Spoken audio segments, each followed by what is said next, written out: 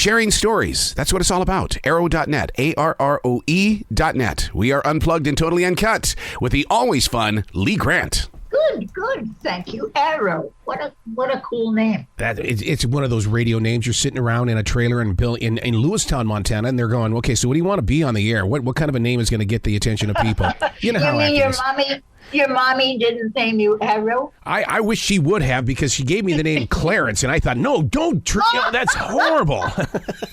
No, you're not a Clarence. Yes, You're an Arrow. That's right. You are an Arrow.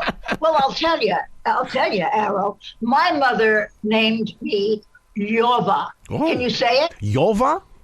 You did it. You're amazing. And hence I became Lee Grant, okay? Because at school, nobody could say Yova. They'd say Lyova.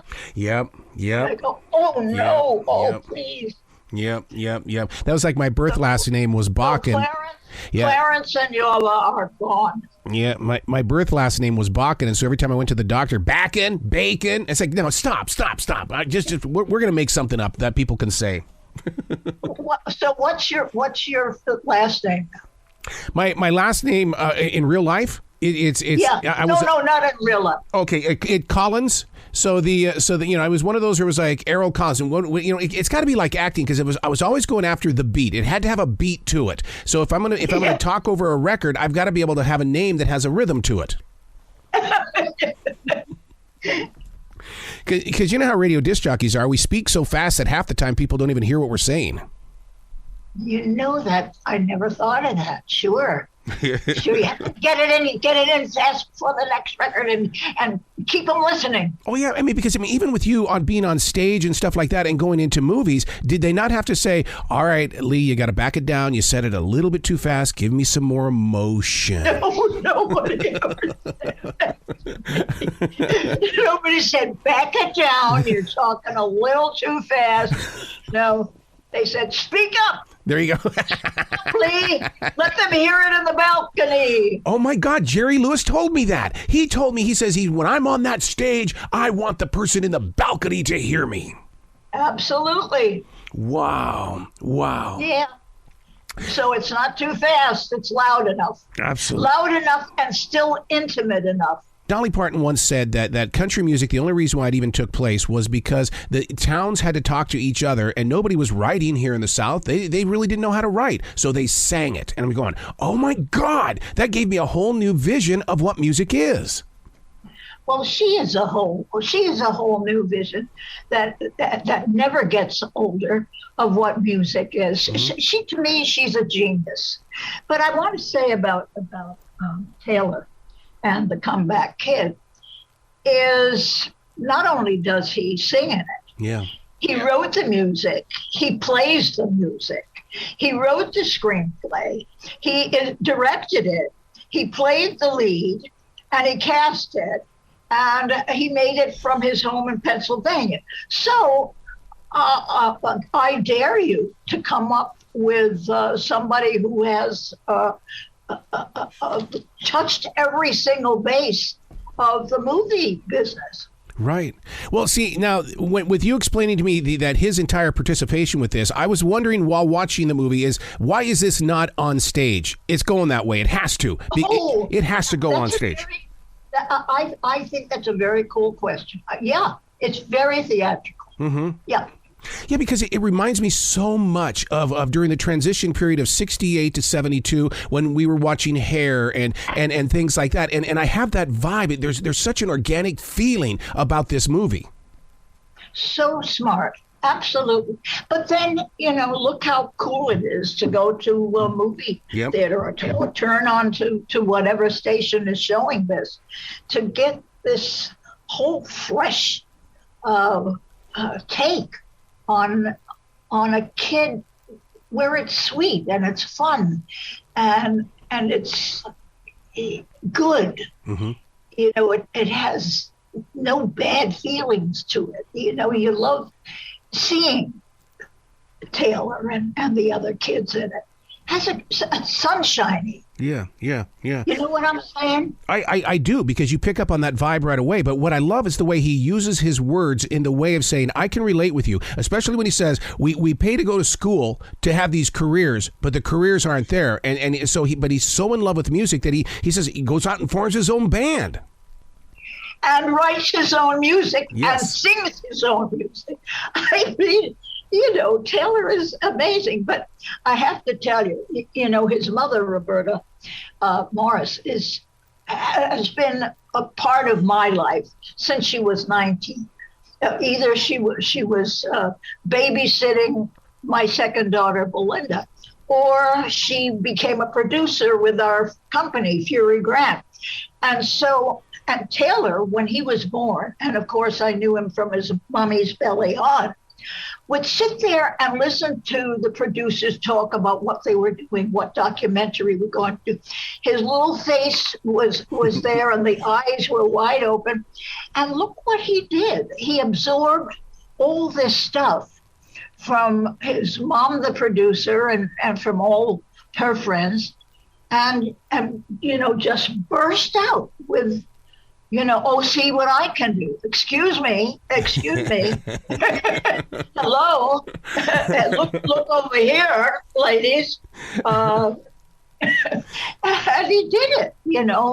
It's just great. Well, being up close and personal with the musicians of today, what I love about this film is the fact that it gives them permission to continue doing what they're doing with their home studios in the way that it's not about necessarily the record companies anymore. It's about making the music. And it's funny to sit there and listen to the stories of who dropped in and gave us this guitar track, who's doing the drum track. And you're going, my God, you guys used to be in competing bands, but now you're working together. And that's what this film does too. It says, hey, look, we can all get together. We're all separate individual people, but we're going to get together. Yes, it has that very, kind of homey feel. We can do it. I love it. Well, what did you learn from doing this movie? Because, being on that set is one thing compared to where we are right now. I mean, you were there. You saw him perform. You saw this story come to life. No, I didn't. No, I wasn't. I mean, except in an encouraging way. Yeah. He did it in Pennsylvania, and I was a voiceover. My participation was at the end of the film. He gets a phone call from a woman in New York who says, I have a job for you. I saw something that you did, and I have a job for you.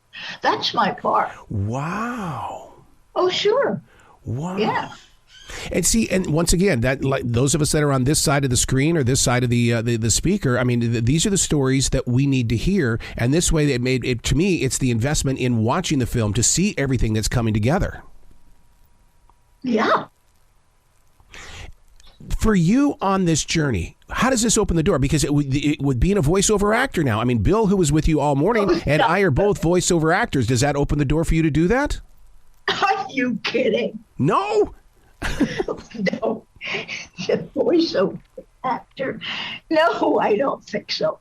I think that I did this for Taylor and for Roberta because they have worked with me on my documentaries all of their lives and have given me their heart and their brain and their soul.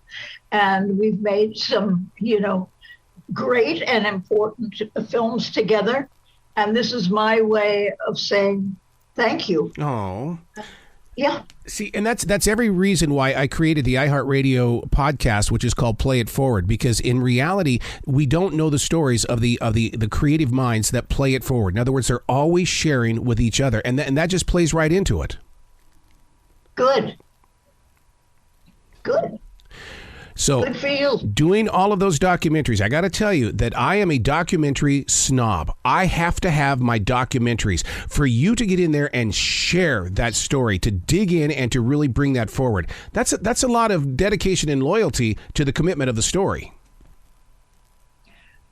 What documentary? What are you talking about? In other words, when with the things that you have created in the history of your journey, I mean everything. Oh, yeah. I mean that in itself is that right there is a process. that can't be lost. No, no. And as a matter of fact, it's been on, but it was Taylor, who is so brilliant at getting connections. I don't, but he had 4 of my documentaries on the internet. He had a Wilmer 8, Battered, and What Sex Am I, and Down and Out in America. Yep. He did that. Taylor, it's like, where does he get this other talent that I do not have from? Of getting his film and my films, because I'm like from a past generation. I don't know how to use the internet. I don't know how to type.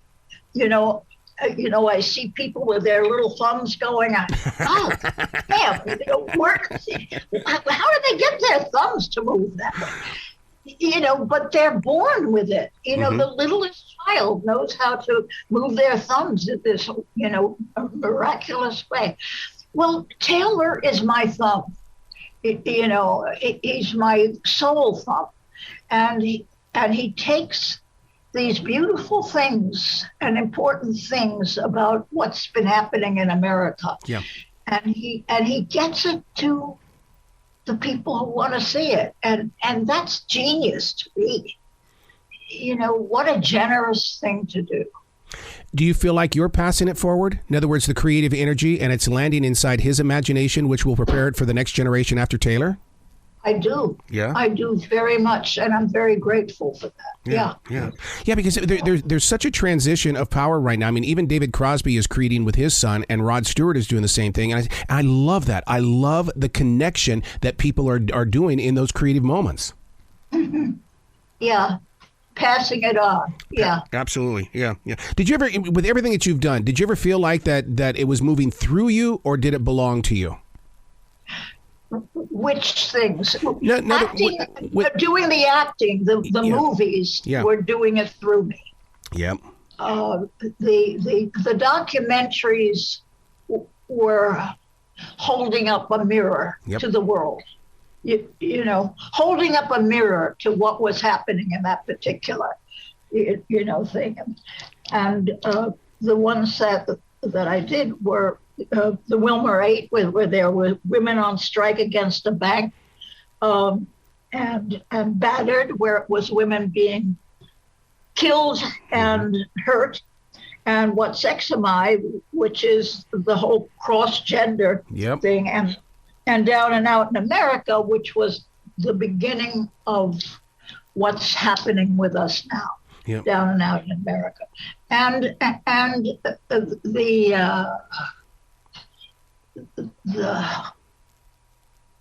the ability to be able to go to these places and to hold it up to the world, to say, this is what's happening. Hello, take a look, do something about it, was, the biggest gift that I could possibly have. And I was lucky, and it was people like my husband, Joe Fury, who made it possible. And now it's people like Taylor Purdee, who take these films and put them on the internet so that they have another life. Yep. Because certainly none of those things have stopped. I was listening to the radio today, and the host was talking about the governor of Texas sending these buses of Mexican migrants to New York because he didn't want them. And so he just packed them in a bus and sent them to New York, where the mayor had said, send me, you're tired, you're hungry, you're yearning to be free. And not knowing, of course, what to do with them. It was Catholic Charities that was talking on the radio and saying, we're getting these people, but, we have to have a place to put them. So, I mean, the horror doesn't stop. I was in a movie once called Voyage of the Damned, and it was about Jews who were put on a boat, and the boat stopped at different countries to say, take these Jews or they're going to be killed in Germany. And each country passed on it, including the United States of America. And the depth of that kind of action tied in to these people being put on a bus, men, women, children, being put on a bus and driven across this country from one strange land to another strange land is beyond any sense of decency that I can dream of or think of. It's the same bad stuff all over again. And what happened to "Oh, beautiful for spacious skies"? Oh, what happened? Right. What happened, America? And that's why you've got to keep talking. Well, I hope to talk to you many more times in the future because I love where your heart is. Well, I love you too. Please come back to this show anytime. Of course. Excellent. Well, you be brilliant today, okay? I will. I will continue to be brilliant. Thank you.